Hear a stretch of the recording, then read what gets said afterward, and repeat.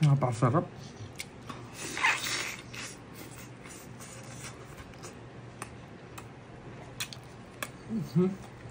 Meron nga tayong nabili na baby back ribs Mrs. Garcia Meats na very affordable at easy lang talaga lutuin. Hindi ka na nga magsasayang ng oras dito para magluto nito dahil isasalpak mo lang to sa air fryer or oven. Maluluto na agad to. Ang kinaganda nga dito, meron na siyang sauce. Bagay na bagay talaga to sa mga handaan ngayon. Lalo na kung wala ka na talagang oras para magluto. Kung naamoy nyo lang to guys, kukuha talaga kayo ng kanin kasi amoy pa lang ulam na. At dito nga sinalpak na nga natin sa air fryer. At dito nga sinet na nga natin ng 180 degrees Celsius. At lutuin nga lang natin siya magkabilaan ng 10 minutes. Grabe guys, napakalambot talaga na itong karne. Halos yung mga laman niya nakakalas na talaga sa mga buto. Mapaparami na naman yung kain ko nito. At kung gusto mo nga mag-order ng fresh and quality meats, dito nga lang yan kay Mrs. Garcia Meats. At kung wala kang ang oras para pumunta sa mga physical store nila, meron silang online store.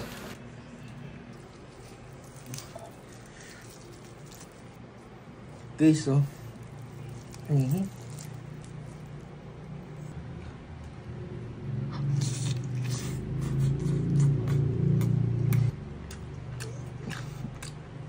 Sa restaurant, mahal to. Kay Mrs. Garcia, napakamura lang. I-hit mo lang, meron ka ng ganitong baby back ribs na ganito kasarap. Ang lambot ko. Kasaglit lang siya lutuin. 10 minutes. Napakasarap.